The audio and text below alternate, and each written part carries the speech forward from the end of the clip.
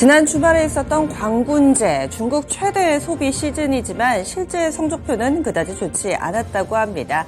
실제로 소비는 원활하게 이루어지지 않았고요. 그리고 또 온라인으로 생필품 주문만 늘었다. 소비에 상당히 좀 신중해진 모습을 전체적으로 나타냈습니다.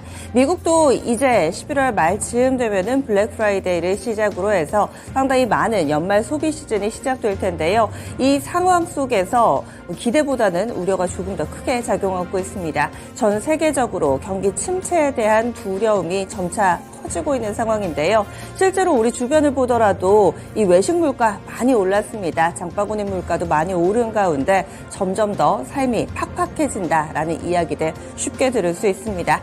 여러모로 겨울입니다. 우리 증시도 쌀쌀한 날씨 매일매일 보여주고 있는데요. 오늘은 반짝 해가 뜨기를 기대하면서 핵심 뉴스 먼저 살펴보겠습니다.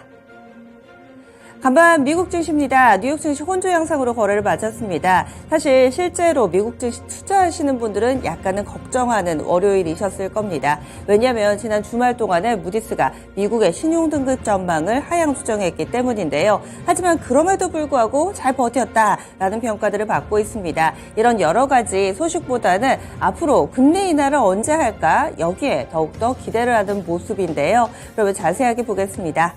다우지수만 올랐습니다. 0.16% 아주 소폭의 상승세였고 S&P 500 지수는 밀리긴 했는데 많이 안 밀렸습니다. 0.08% 그리고 나스닥 지수 0.22% 하락하면서 3대 지수는 상승이나 하락했다라기보다는 제자리 걸음 양상을 나타냈다라는 표현이 더 적절해 보입니다. 미증시에서 나왔던 몇 가지 소식을 보자면요. 신용등급 전망 하향 조정 이에 따라서 증시의 영향보다는 아마 이 국채금리 시장에서 어느 정도 민감도를 나타내는지가 증시에서도 바로미터가 됐을 겁니다. 20년물 국채금리 크게 움직이지 않았습니다. 4.69%대까지 오른 이후에 4.64%까지 반락하면서 대체로 이 보합권 중립 정도의 움직임을 보여줬었고요. 그리고 앞으로 금리 인하를 언제 할지 여기에 조금 더 포커스를 맞추고 있는 월가의 분위기입니다. 그리고 CPI에 대한 관심도 고조되고 있습니다. 현지 시간으로 14일, 우리 시간으로는 15일 아침쯤에 이와 관련된 보도들 좀 전해드릴 수 있겠고요. 종목별로 보자면은 전기차 관련된 종목이 강했습니다. 많은 이 서학개미분들 또 직접 투자하시는 분들이 기다렸던 내용이실 텐데요. 테슬라가 4%, 리비안이 5%가량의 오름세를 나타냈습니다. 재료 여러 가지가 있었습니다. 호재성 요인이 많았는데요. 미국 최대 규모의 공적 연금인 캘리포니아 공무원 연금 쪽에서 지난 3분기에 테슬라와 리비안의 주식을 추가 매입했다라는 내용이 호재였고요. 그리고 테슬라만 놓고 보면은 사이버 트럭이 이달 말에 출시를 앞두고 있습니다. 그런데 출시하기에 앞서서 이 재판매 금지 기간을 설정을 했습니다. 1년 정도 샀다가 되팔이할 수 없다라는 그런 약관에 동의를 해야지만 구매를 할 수 있도록 그렇게 현재 전개를 해나가고 있는데요. 이런 부분들도 테슬라 주가에는 플러스 알파 요인으로 해석이 되고 있습니다. 그러면 여기에 영향을 받을 만한 종목 보겠습니다. 테슬라의 움직임에 따라서 2차전지, 국내에 상장되어 있는 2차전지 종목군들 일희일비하는데요. 그동안에 한껏 눌려 있었기 때문에 또 이 소식의 반응이 강하게 나타날 수도 있겠습니다. 2차전지 관련된 종목군들 어제 시장 전체적으로 어려운데 LG에너지 솔루션이 강하지는 않았지만은 그래도 1% 올랐다는 데 의미가 있지 않을까 싶네요. 포스코 홀딩스도 1% 정도 올랐고요. 나머지 종목 밀리기는 했지만은 낙폭이 깊지는 않았습니다. 다음 두 번째 소식 넘어가겠습니다. 이 월가에서는 금리 인하를 언제 할까 여기에 상당한 관심이 쏟아지고 있다. 앞서 말씀을 드렸는데 많은 이 글로벌 IB들이 여러 가지 전망을 내놓고 있습니다. 하나씩 보겠습니다. 그 가운데서 가장 관심을 모으고 있는 것은 모건 스탠리. 모건 스탠리는 내년 6월부터 금리 인하에 들어갈 것이다 라고 이야기를 합니다.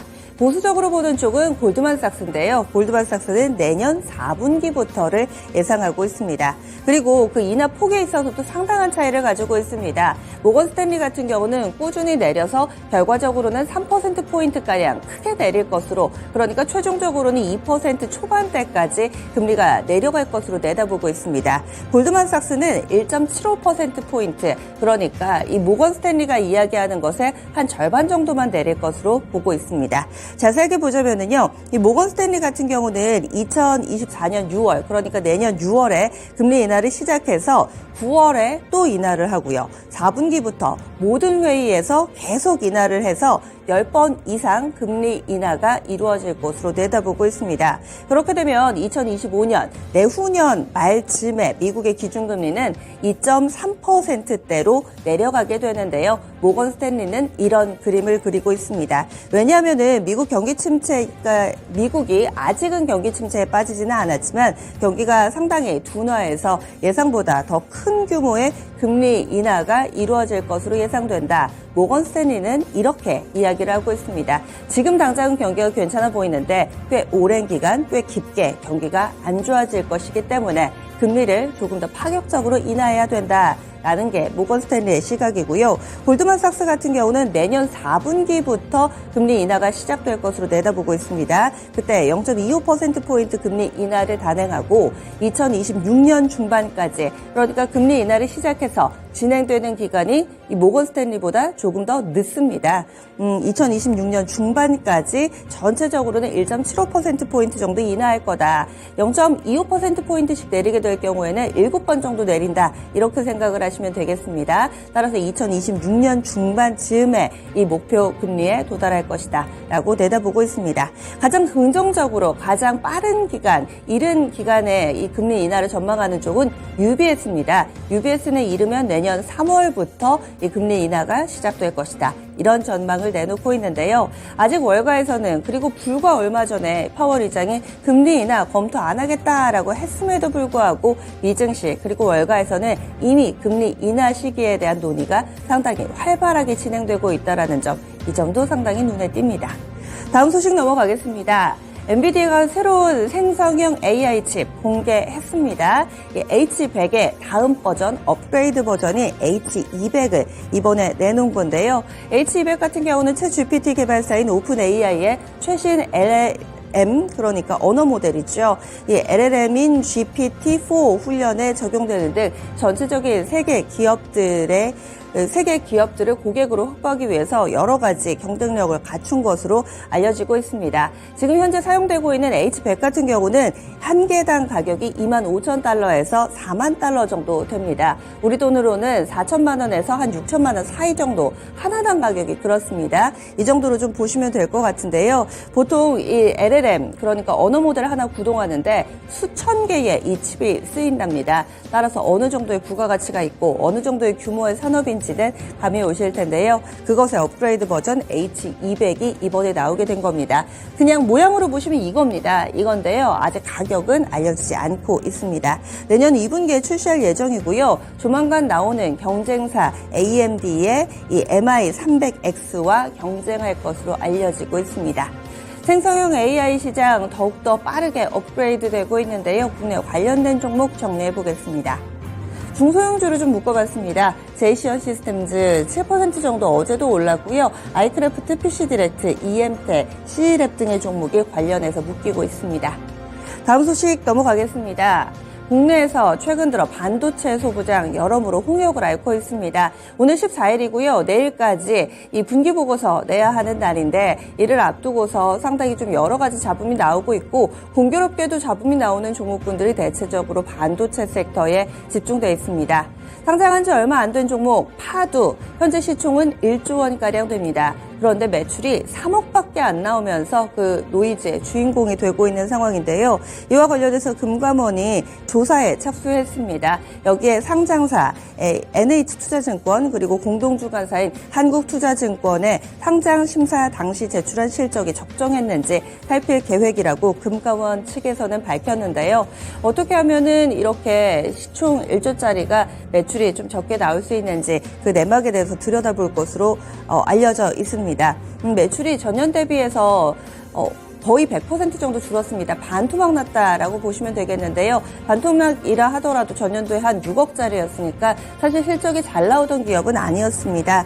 파도에서도 이 상황을 알고 있습니다. 홈페이지에 성명을 내고요. 상장 과정에서 어떠한 부정적인 의도나 계획이 없었다면서 시장이 회복 조짐을 보이고 있는 바 당사에서는 최선의 노력을 다해서 목표를 달성할 수 있도록 하겠다라는 그런 성명을 발표를 하기도 했습니다. 조금 더 진행되는 과정을 좀 보셔야 될 것 같고요. 여기에 파도 상장 그리고 그 이후의 과정과 관련해 계속해서 석연치 않은 보도들이 이어지고 있습니다. 지금 이거는요. 파도의 2대 주주라고 할 수 있는 포레스트 파트너스 여기에서 지금 가지고 있는 펀드들이 실적 발표를 앞두고서 많이 팔았다라는 소식이 좀 전해지고 있습니다. 보면은 기간이 11월 2일부터 8일까지고요. 실적 발표 전에만 장내 매도 금액이 거의 400억 가까이 된다고 합니다. 이에 따라서 파두의 뭔가 어닝 쇼크를 미리 한 것이 아니냐, 정보를 이용한 매매가 아니냐라는 의견까지 좀 나오고 있는 상황인데요. 파두 아직 거래 정지 들어가지 않았습니다. 만약에 이것이 실제로 좀 알려지게 될 경우에는 상장 금지, 그러니까 폐지가 되거나 혹은 관리 종목으로 지정이 될 수 있습니다. 하지만 아직까지는 살펴보는 과정이기 때문에 정상 거래 이루어지고 있고요. 이런 노이즈 속에서의 오늘 거래 다소 우려를 낳고 있습니다. 어제는 그 앞서서 하한가를 기록을 했고요. 어제 같은 경우는 그래도 바닥을 잡으려는 움직임, 강보합권에서 하락이 멈춘 상황이었는데 오늘 주가도 우려를 낳고 있습니다. 다음 마지막 소식 넘어가겠습니다. 어제 현대차의 새로운 공장 기공식이 있었습니다. 이 기공식에도 상당한 관심이 모아졌었는데 여기에서 있었던 한 퍼포먼스가 이 많은 세간에 관심을 모았는데요. 바로 이 정주영 회장, 그러니까 고 정주영 회장의 생전에 목소리를 다시금 복원을 해서 이런 부분들이 이 기공식에서 나왔습니다. 앞으로 한국차 잘 팔릴 거다라는 멘트였다고 하는데요. 여기에서 참여했던 현대차의 임직원들의 눈시울이 붉어질 정도로 이와 관련해서 생생한 그런 목소리를 전해들을 수 있는 자리였다고 합니다. 이 울산 전기차 공장입니다. 1996년에 아산 공장 이후에 29년 만에 들어서는 현대차의 새로운 공장이라고 하는데요.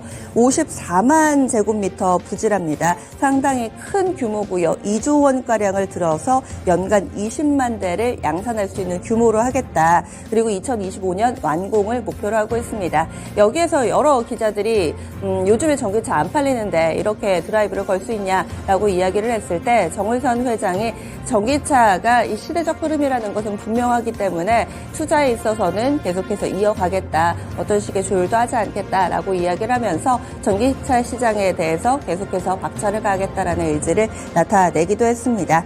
그러면 관련된 종목입니다.